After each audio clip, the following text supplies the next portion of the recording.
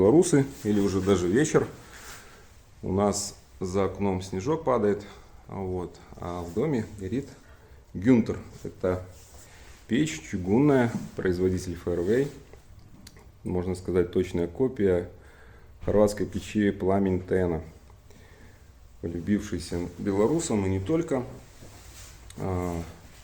Ну, есть обзор у нас тоже про Гюнтер, то есть какие отличия. То есть, в принципе, там достаточно много добавили чугуна, вот, процентов на 20, наверное, она тяжелее, чем Тена. Вот как она стала в этом интерьере. Как всегда, еще не закончен. Вот, поэтому, ну, пол уже есть. Вот, Гюнтер на месте. По дымоходу, значит, здесь у нас стеновой дымоход, выход сразу в стену, стоит шиберная заслонка, выход через стену вверх.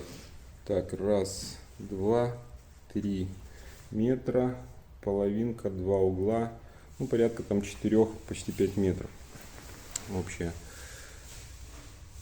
Вот, значит, печь подовая, в обзоре это все оговаривалось. Давайте посмотрим регулировки.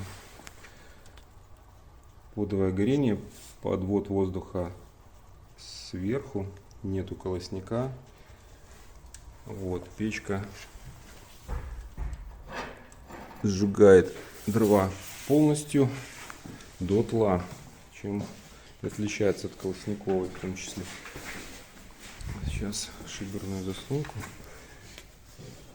перекроем.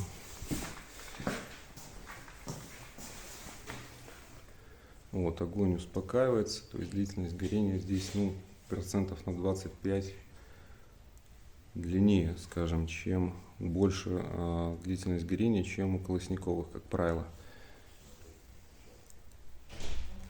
Вот огонек у нас небольшой. Давайте разогнаться до дымы. Нам нужно ее протопить, чтобы краска легла. Поэтому все заглушки, все затворки открываем.